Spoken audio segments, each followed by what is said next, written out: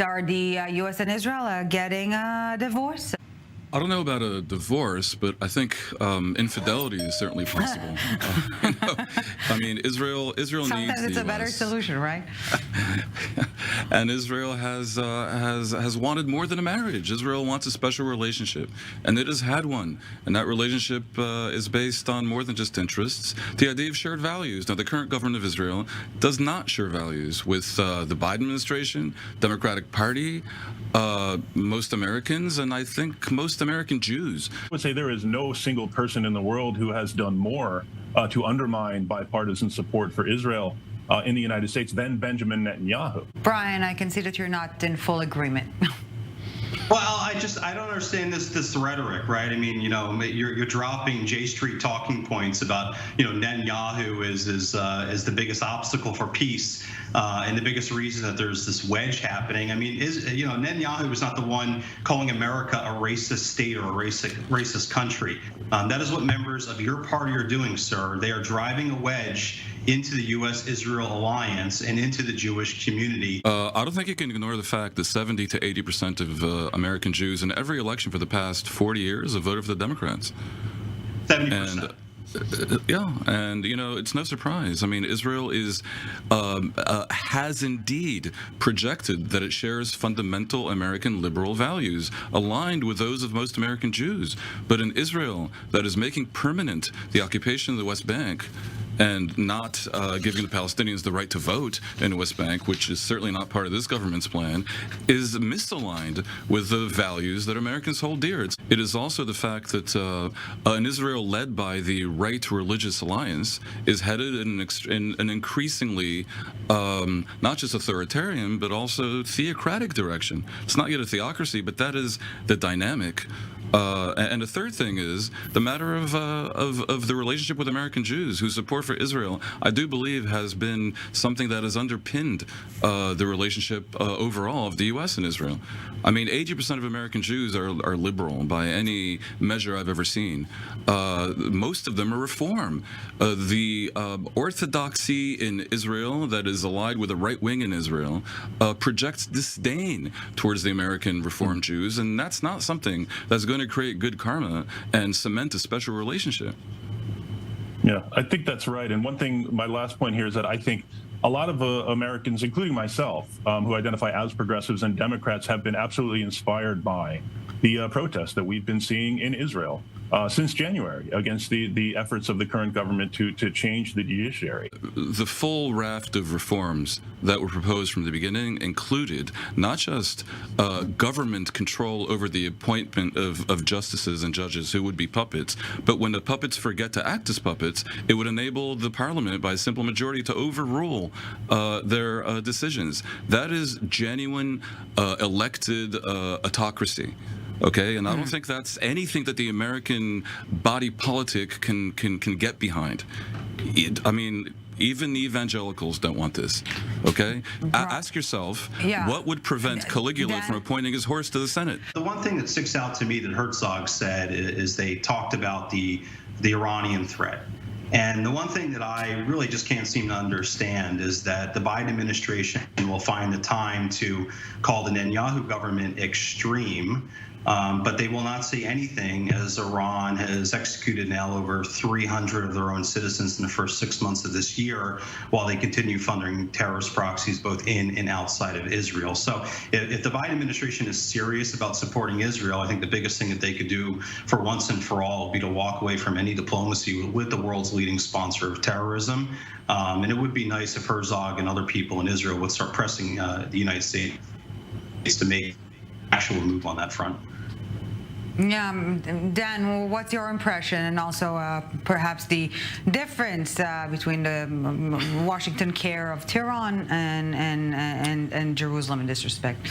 Well, on one level, you always have, I mean, there is a double standard, of course. The world does not expect good behavior from Tehran. The world does not reward Tehran for good behavior the way it has rewarded Israel, who is a close ally of the U.S., a massive trading partner of the EU, invited to the Eurovision Song Festival, and so forth and so on. So realistically, it's just not the same. I certainly agree that Iran is worthy of criticism more so than the Netanyahu government. I do not agree that the U.S. should have ever walked away from the nuclear deal, and you know who shares that point of view? Most of the Israeli security establishment, because Iran was far away from a nuclear bomb that threatens my children 4 years ago, and today it's very, very close to one. So I think you need to be practical as well as anything else. As for Herzog, he said all the right things, but I think, all know very well that Herzog is mortified, no less than Biden, by Netanyahu's effort to take Israel in a direction of authoritarianism. The American people are a little bit more concerned with really what's happening within our own borders here, and I would caution you gentlemen and also anyone else to truly respect the will of the Israeli people, which is being reflected in the Israeli government right now. And at the end of the day, this government's going to execute on a mandate that was given to them by the Israeli people. May I quibble with that? Because really, you hear this so often, it has to be corrected. There is no mandate. Likud had no platform in the last election. The last election was a tie. The majority in parliament is a legal distortion based on splits in what is now the opposition. And moreover, Netanyahu never once spoke of these things, and every single poll, bar none, shows that 60 to 70% of the public opposes these reforms. When we speak of a mandate, I literally have no clue what you're talking about. And yet, fast forwarding to now, it is the policy Jerusalem is pursuing. Is Washington right to get into Israel's domestic affairs, Matt?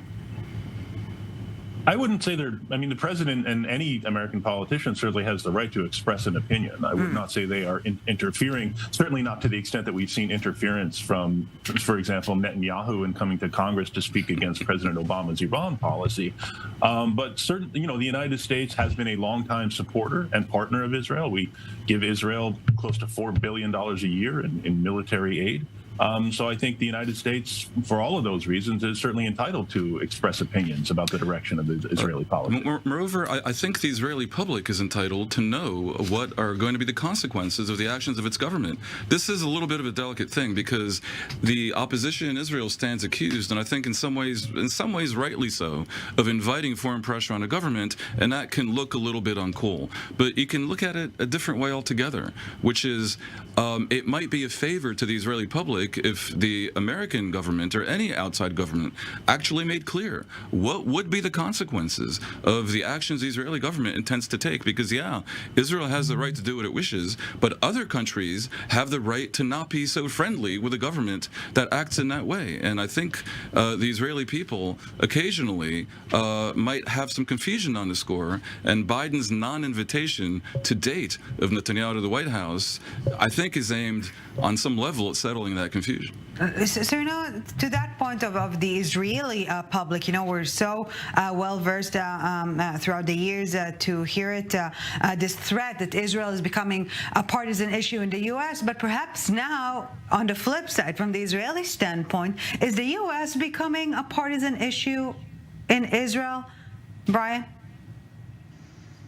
Perhaps it is. I can't speak for the Israeli people, but I would think that the Israeli people would like for President Biden and members of Congress to stop dropping figurative bombs on the Israeli people and on the Israeli government on what feels like a weekly basis. The U.S. is a partisan issue in Israel in the following way. Many people in the current government are not at all stupid, and they do know the consequences, and they don't care. The direction they want to take Israel in is a desire that they are so vehement about that they understand the consequences and will accept them.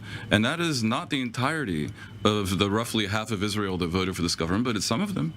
And in that sense, when they say America can say what it wants, we don't care, they're being very honest and transparent.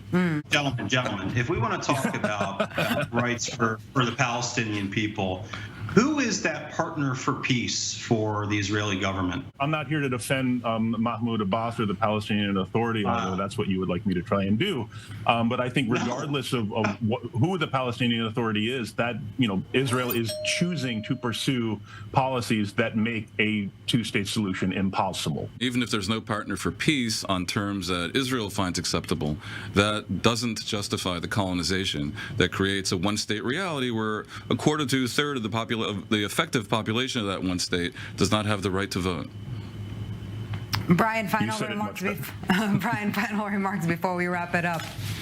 I mean, listen, my comments when it comes to Israel building new communities on Israeli land has always been pretty consistent. I think they're well within their sovereign rights to do so. It's not Israeli land. Excuse me? Never annexed. It's not Israeli land. They never annexed it, and understandably not. We will have to save this one for a different time. Friends like you for Israel, you wonder why they're under the microscope the way they are. You think it is Israeli land? Remarkable. Gentlemen, Brian Laib, Dan Perry, Matt Duss, thank you very much for your time, for your insights. We appreciate it.